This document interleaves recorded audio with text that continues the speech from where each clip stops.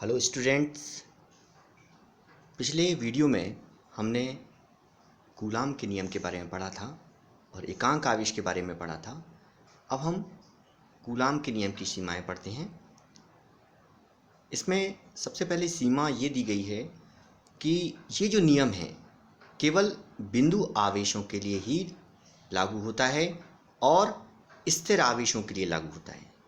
इसका तात्पर्य ये हुआ कि यदि आवेश गतिशील हैं तो उनके लिए ये नियम लागू नहीं होगा। दूसरा पॉइंट है कि ये जो नियम है बहुत अधिक दूरियों के लिए लागू नहीं होगा और 10⁻⁻15 मीटर 10⁻⁻15 मीटर से कम दूरियों के लिए भी ये नियम सत्य नहीं है, क्योंकि इतनी कम दूरी पर जो बल होते हैं वो नाभिकीय बल वहाँ पे कार्य करने लगते हैं, जिससे ये नियम लागू नहीं हो पाता है।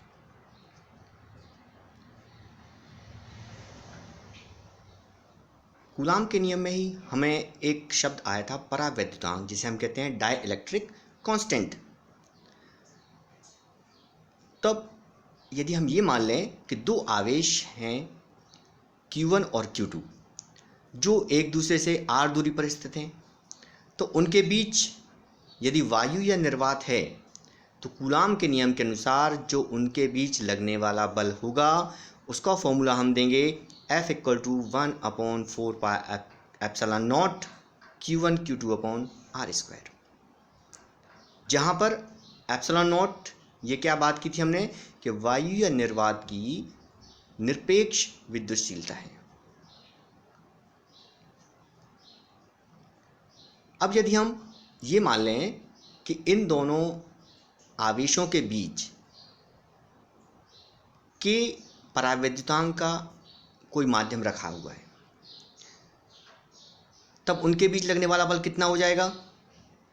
इसको हम F' से प्रदर्शित करें तो F' इक्वल टू हो जाएगा 1/4πε0 K, कैपिटल K आएगा इसमें, Q1 Q2/r²। इक्वेशन फर्स्ट को हम इक्वेशन 2 से डिवाइड करते हैं तो हमें मिलेगा यहाँ से 1/4πε0 ऊपर भी था, 1/4πε0 नीचे भी है, तो दोनों में एक सेम है Q1 Q2/r², Q1 Q2/r², दोनों इक्वेशन में है। तो F/F1 इज इक्वल टू मिलेगा हमें K। तो इस आधार पर हम K को डिफाइन कर सकते हैं, K को परिभाषित कर सकते हैं। K की क्या परिभाषा देंगे हम यहाँ पे? K की परिभाषा देंगे कि वायु या निर्वात में एक निश्चित दूरी पर दो आवेशों के बीच लगने वाला बल जो F है और किसी अन्य माध्यम की उपस्थिति में और उतनी ही दूरी पर स्थित उन्हीं आवेशों के बीच कोई अन्य माध्यम उपस्थित है, तब उनके बीच जो बल लगेगा जो F' से प्रदर्शित है, यदि हम उनका अनुपात निकालें तो वो K के बराबर होगा, जिसे हम क्या कहते हैं, माध्यम का परावैद्युतांक। तो फिर से हम परिभाषा देंगे इसकी हम कि वायु या निर्वात में निश्चित दूरी पर रखे दो आवेशों के बीच लगने वाला बल और किसी माध्यम में स्थित उन्हीं दो आवेशों के बीच लगने वाले बल के अनुपात को हम माध्यम का परावैद्युतांक कहते हैं।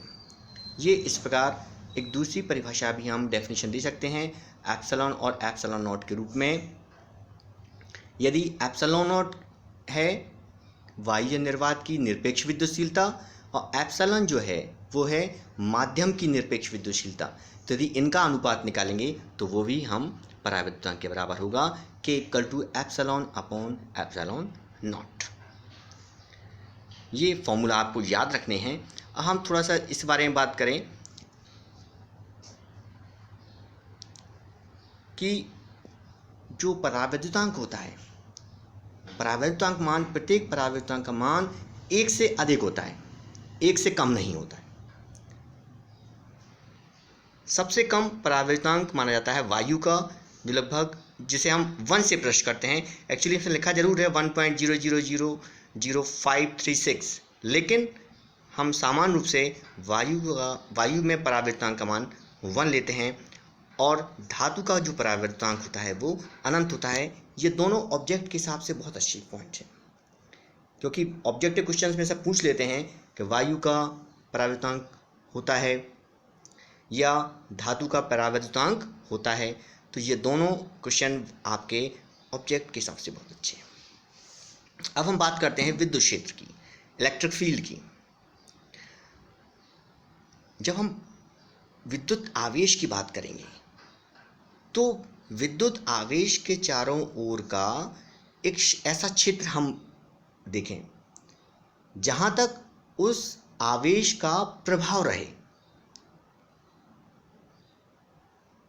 क्या तात्पर्य हुआ कि एक विद्युत आवेश है, उसके चारों ओर का एक हम इतनी दूरी देखें, इतना एरिया देखें, इतना फील्ड देखें जहां तक उसका प्रभाव रहता है। जहां तक उसका प्रभाव रहेगा उसे ही हम क्या कहते हैं, उसका विद्युत क्षेत्र। उसी विद्युत क्षेत्र से बनती है विद्युत क्षेत्र की तीव्रता। तो विद्युत क्षेत्र की तीव्रता के लिए हमें फिर से कूलाम के नियम में जो हमने बल पढ़ा हुआ है F, उससे हमें जाना पड़ेगा। तो अब हम इसमें बात करेंगे कि यदि कोई विद्युत क्षेत्र है, विद्युत क्षेत्र किसका होगा, किसी विद्युत आवेश का क्षेत्र होगा, और उसी विद्युत क्षेत्र में हम एक टेस्ट चार्ज रखें या परीक्षण आवेश रखें। अब यहाँ परीक्षण आवेश से मतलब क्या है, परीक्षण आवेश या टेस्ट चार्ज से मतलब वह चार्ज है जिसको किसी विद्युत क्षेत्र में रखने पर उस विद्युत क्षेत्र में कोई फर्क नहीं पड़ता है, कोई प्रभाव नहीं पड़ता है, वो कहलाता है टेस्ट चार्ज। तो यदि हम किसी विद्युत क्षेत्र में टेस्ट चार्ज को या परीक्षण आवेश को रखेंगे तो इस स्थिति में कूलाम के नियम से उस पर एक बल कार्य करने लगेगा। जब बल कार्य करेगा तो इस स्थिति में विद्युत क्षेत्र में स्थित किसी बिंदु पर एकांक धनावेश जितने बल का अनुभव करता है, जो हम परीक्षण आवेश लेते हैं उसको हम एकांक मान के चलते हैं, उसका जो मैग्नीट्यूड होगा, परिमाण होगा, वो एकांक लेते हैं। तो हम ये देखते हैं कि विद्युत क्षेत्र में यदि हम उस परीक्षण आवेश को रखें या एकांक धनावेश को रखें तो वो जितने बल का अनुभव करेगा उसे हम क्या कहते हैं, उस बिंदु पर विद्युत क्षेत्र की तीव्रता। यह एक वेक्टर क्वांटिटी है, सदिश राशि है। इसकी डायरेक्शन क्या होती है, सदिश है तो डायरेक्शन निश्चित होगी, दिशा होगी। इसकी दिशा क्या होगी, इसकी दिशा होगी जिस तरफ एकांक धनावेश पर बल लगता है, यानी एकांक धनावेश पर लगने वाली जो बल की दिशा होगी वही विद्युत क्षेत्र की तीव्रता की भी दिशा होगी। अब यदि हम ये मान के चलें कि विद्युत क्षेत्र में किसी बिंदु पर एक टेस्ट चार्ज रखा हुआ है Q0 और उस पर लगने वाला बल है F, तो उस बिंदु पर, उस पॉइंट पर जो इलेक्ट्रिक फील्ड इंटेंसिटी, विद्युत क्षेत्र की तीव्रता को हम इलेक्ट्रिक फील्ड इंटेंसिटी भी कहते हैं, E इक्वल टू होता है F/Q0। इन वेक्टर फॉर्म या सदिश रूप में हम कहते हैं vector E equal to vector F/Q0। तो इस प्रकार हम एक और डेफिनेशन दे सकते हैं कि किसी भी बिंदु पर जो विद्युत क्षेत्र की तीव्रता है या किसी भी बिंदु पर इलेक्ट्रिक फील्ड इंटेंसिटी जो है वो किसके बराबर होती है, उस पॉइंट पर जो टेस्ट चार्ज रखा हुआ है परीक्षण आवेश, उस पर लगने वाला बल, और जो टेस्ट चार्ज लिया है उनके मान के अनुपात के बराबर होती है।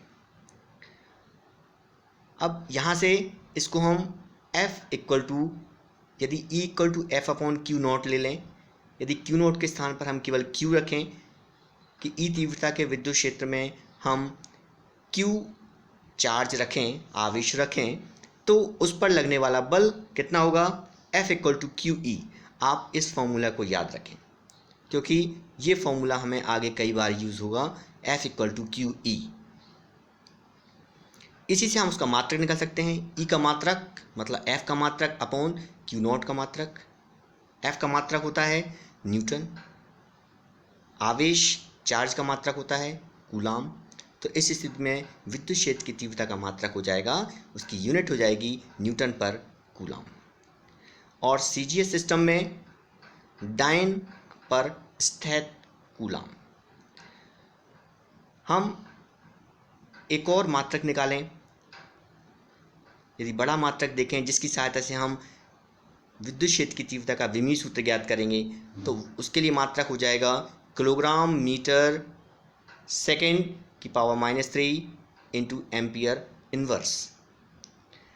और इसी के आधार पर हम विद्युत क्षेत्र की तीव्रता का विमीय सूत्र ज्ञात कर सकते हैं।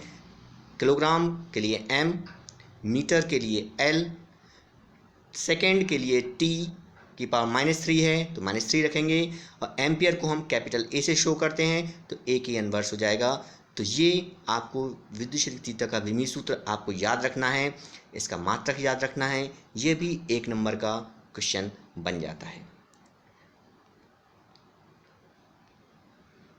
अब हम देखते हैं किसी बिंदु आवेश के कारण विद्युत क्षेत्र की तीव्रता। आप इस फिगर को देख रहे होंगे, इस डायग्राम को आप देखें तब बिंदु O पर प्लस Q चार्ज स्थित है और बिंदु P पर हम कोई यूनिट चार्ज ले लें वहाँ पर, जिसे हम टेस्ट चार्ज कहेंगे यहाँ पर।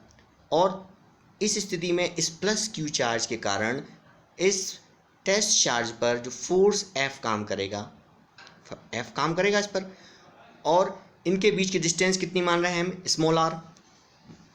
O और P के बीच की दूरी है स्मॉल r।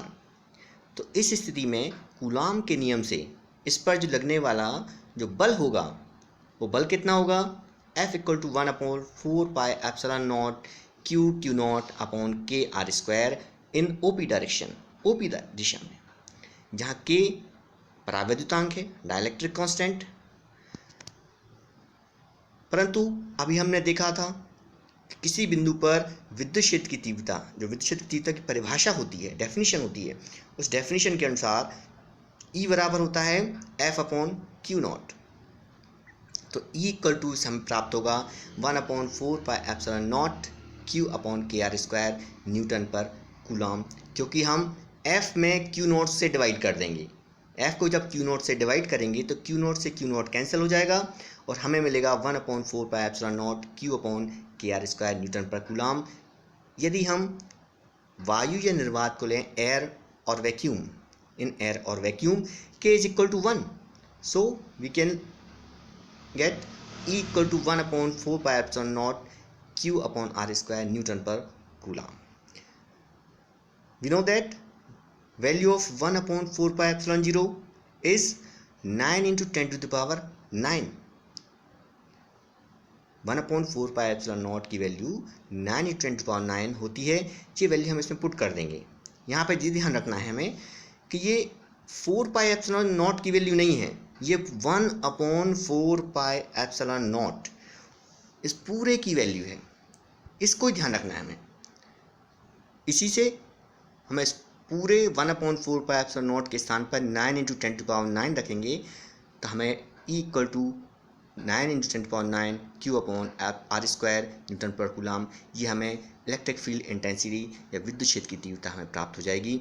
आपको ये फॉर्मूला याद रखना है जब भी हम कभी बात करेंगे कि विद्युत क्षेत्र की तीव्रता किसी बिंदु आवेश के कारण या किसी बिंदु पर विद्युत क्षेत्र तीव्रता कितनी है, तो फॉर्मूला हम यूज़ करेंगे E = 1/4πε0 Q/r²। और यदि कहीं न्यूमेरिकल की बात आएगी तो वहाँ पे हम 1/4πε0 की पूरी वैल्यू को हम 9 × 10⁹9 से हम सब्स्टिट्यूट कर देंगे।